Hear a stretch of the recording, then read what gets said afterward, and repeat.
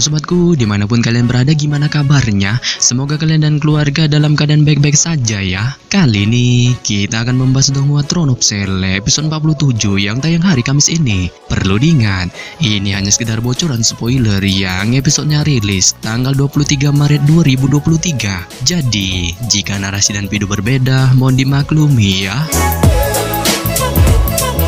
Untuk kalian yang penasaran tentang cerita Throne of Sele episode 47 ini yang tayang 1 minggu sekali, oke, langsung aja kita ke ceritanya, gas. Pada ending episode 46 sebelumnya, kita diperlihatkan kemenangan Chai-Er melawan Pang Ju si pesulap tidak pakai merah. Saat Hao Chen yang melihat ini pun tampak tidak menyangka dengan kekuatan OP yang dimiliki Chai-Er. Terlebih lagi ia juga mendengar beberapa percakapan julid di area penonton mengenai masa kecil Chai-Er yang terbilang suram dengan hidup sendiri sejak lahir serta menjadi senjata mematikan milik kuil assassin. 她一个盲女也是可怜，也能照顾好我自己。 Akan tetapi ketika Hao Chen masih merenungkan hal ini, Chai-Er tiba-tiba muncul di hadapannya, yang hal ini lantas membuat Hao Chen spontan membawanya pergi ke suatu tempat. Yang mana setelah kepergian keduanya, Lin Ji si paladin dari kuil penyihir yang melihatnya pun merasakan pertanda kuil penyihir dan kuil kesatria akan menjadi besan. Hanya saja ia menyayangkan keduanya kemungkinan besar akan bertemu di babak perempat final. Akan tetapi tanpa diduga, Seng Yue segera memotong perkataannya dengan mengancamnya untuk menjaga baceritannya. Serta kehadiran dari ketua kuilnya ini pun lantas membuat Ying Sui Peng mengucapkan permohonan maafnya karena tidak bisa menjaga serta mengendalikan Chai-Er dari kebucinan yang dialaminya. Yang hal ini pun ditambahi Han Qian dengan memberitahunya bahwa Hao Chen adalah pria yang baik. Akan tetapi Seng Yue yang mendengar ini tampaknya sama sekali tidak mempermasalahkan hubungan Chai-Er dan Hao Chen. Tetapi satu hal yang ditakutkannya dalam hubungan ini adalah jika saja Hao Chen membuat Chai-Er kecewa, kemungkinan konsekuensi Chai-Er akan menjadi brutal sangatlah besar. Dengan diiringi suasana bucin, Hao Chen pun membawa Chai-Er ke sebuah taman di pinggiran kota suci dengan segera mendudukkannya di sebuah ayunan. Sampai-sampai Chai-Er merasa ini adalah pertama kalinya dirinya bermain di sebuah ayunan. Yang hal ini lantas membuat Hao Chen spontan teringat tentang masa suram Chai-Er yang hidup dengan kesendirian. Saat dia yang tidak sanggup memikirkannya lagi, segera mengungkapkan hal ini kepada Chai-Er dengan merasa jika saja sewaktu bocil dirinya dipertemukan dengan Chai-Er, kemungkinan ia akan mengajaknya untuk bermain bersama, curhat bersama, serta meluangkan waktu tanpa membiarkan Chai-Er hidup dengan kesendirian. Akan tetapi Chai-Er yang mendengar ini pun merasa Hao Chen adalah secerca matahari yang menyinari kehidupannya dengan bisa menghilangkan setiap rasa sakit pedih yang dialaminya di dunia tipu-tipu ini. Aduh.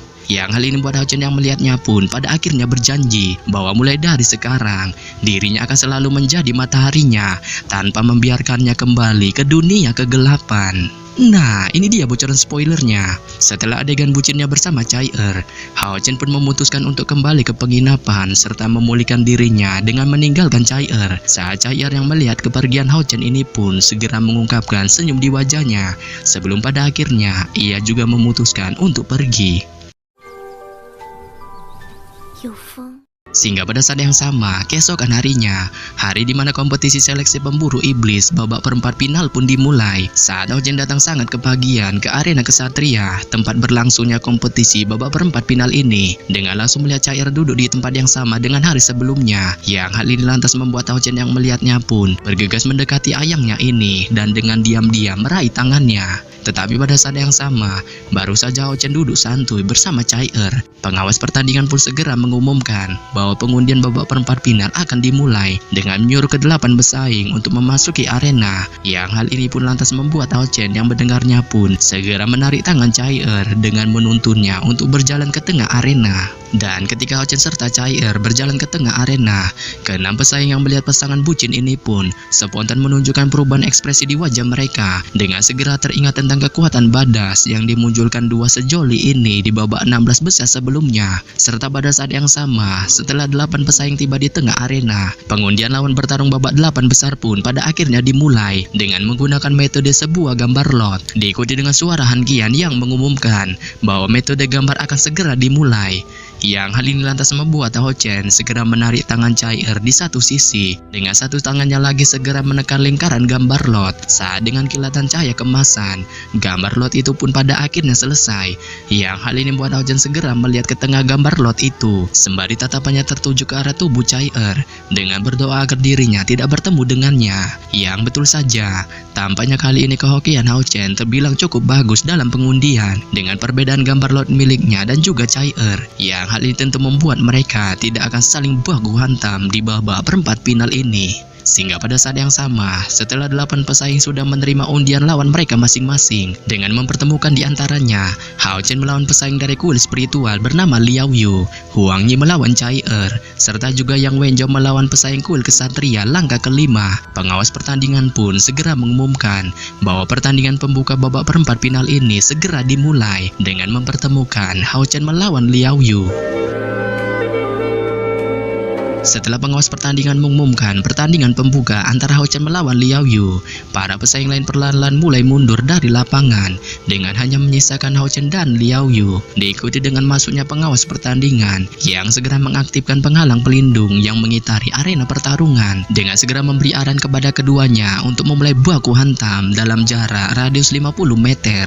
Yang hal ini membuat Hao Chen serta Liao Yu yang mendengarnya pun perlahan mundur sembari tatapannya memperhatikan satu sama lain. Serta pada saat yang sama, setelah kedua pesaing dari kuil kesatria dan kuil spiritual ini masing-masing sudah mencapai jarak 50 meter, pengawas pertandingan pun tanpa basa-basi segera meneriakkan bahwa pertandingan telah dimulai. Dengan secara bersamaan tubuhnya melintas untuk mundur dengan kecepatan tinggi dan meninggalkan kedua pemuda brutal ini di arena baku hantam. Sehingga pada saat yang sama, setelah pengawas pertandingan ngibrit dari arena, Liao yang sudah melakukan persiapan sejak awal dalam baku hantam ini pun tanpa basa-basi segera mengucapkan beberapa mantra dari mulutnya, yang hal ini segera membuat cincin cahaya putih menyatu di sekujur tubuhnya. Serta bersamaan dengan pengucapan mantra ini, ia tanpa henti melambaikan tongkat di tangannya dengan tempo yang sama dengan mantranya, yang hal ini menyebabkan karakter mistis berwarna putih segera terbentuk di sekelilingnya. Serta hanya dalam waktu 5 detik, sebuah pintu putih besar terbentuk di depannya dan semacam binatang ajaib elemen petir melompat darinya, yang ternyata sosok binatang iblis ini adalah seekor macan tutul kulit putih yang sekujur tubuhnya tampak seperti salju dengan corak garis-garis biru. Dan setelah kemunculan rekan binatang iblisnya, Liao Yu perlahan melangkah maju serta langsung melompat ke punggung tunggangannya itu. Saat Hao Chen yang melihat ini spontan terkejut terheran-heran dengan tidak menyangka pesaing kuil spiritual ini menggunakan metode brutal pemanggilan rekan binatang iblis dari awal pertandingan, yang hal ini segera menyebabkannya mengambil keputusan dengan segera memunculkan sinar ungu di dahinya. Saat itu berubah menjadi gambar ungu tua yang menyebar dari tubuhnya ke tanah, sebelum pada akhirnya itu berubah menjadi sosok Hao Yue yang muncul di tanah. Sehingga pada saat yang sama, setelah kemunculan Hao Yue, Hao Chen tanpa basa-basi segera melompat ke punggungnya, yang hal ini segera menyebabkan adegan fantastis segera terjadi saat Hao Chen tampak seperti gladiator yang menunggangi sebuah binatang dengan tubuhnya yang telah mengenakan seluruh perlengkapan perangnya, mulai dari helm dan baju besi di wajah dan tubuhnya, serta kedua tangannya juga memegang perisai dan pedang roh yang tampak sangat badas, diikuti dengan sebuah lingkaran cahaya perang yang dilepaskannya. Saat itu segera membungkus seluruh tubuhnya dan juga tubuh Hao Yue.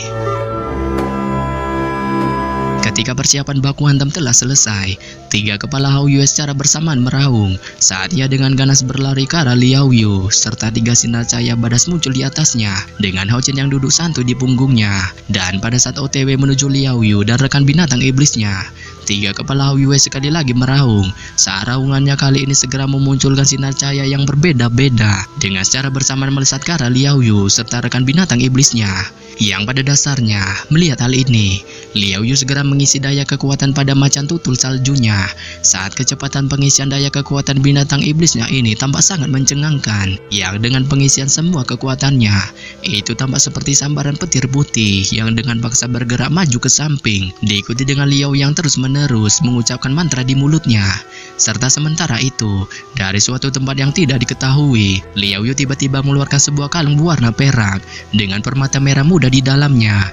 Tetapi pada saat yang sama, ketika Liao Yu mengeluarkan kalung peraknya ini, kecepatan pengejaran Hao Yue terhadap macan tutulnya tampak sedikit berkurang. Tetapi Hao Yue di sini tampak sangat cerdas, tanpa benar-benar ingin menyusulnya. Ia hanya membututinya dari kejauhan, serta tidak mengambil inisiatif untuk meluncurkan serangan sihirnya dengan dipisahkan radius jarak 100 meter. Akan tetapi ketika dalam pengejaran Hao Yue ini, mantra yang diucapkan Liao Yu tidak berhenti dari awal hingga akhir dengan bergema keras tanpa henti di seluruh arena baku hantam. Serta pada saat yang sama, permata merah muda di kalungnya juga memancarkan cahaya redup serta segera menyatu bersama dengan cahaya yang keluar dari tongkatnya saat simbol demi simbol mulai muncul di sekitar Liao Yu membentuk pola mistis.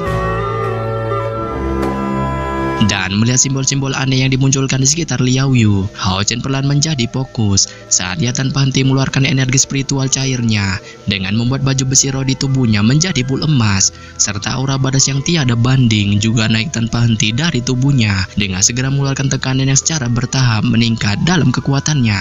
Tetapi pada saat yang sama, ketika Hao Chen masih meningkatkan aura badas di tubuhnya, pada saat ini, Liao Yu telah selesai mengucapkan mantranya, diikuti dengan kecepatan macan tutul saljunya yang perlahan-lahan menurun, sehingga menyebabkan kecepatannya perlahan melambat. Serta pada saat yang sama, setelah mantra yang diucapkan Liao Yu selesai, 36 simbol mistis berwarna merah darah berputar di sekitar tubuhnya, dengan tampak seperti tirai berwarna merah muda yang menyelimutinya. Sehingga pada saat yang sama, setelah 36 simbol itu berputar di sekitar tubuh Liao Yu, itu menyebar dan membentuk cincin merah raksasa di atas kepalanya. Yang pada saat yang sama, Hao Yu yang melihat ini pun spontan menjadi fokus serta tiba-tiba bertindak. Saat dengan cahaya aura badas di kepalanya, ia melesat langsung ke arah Liao Yu.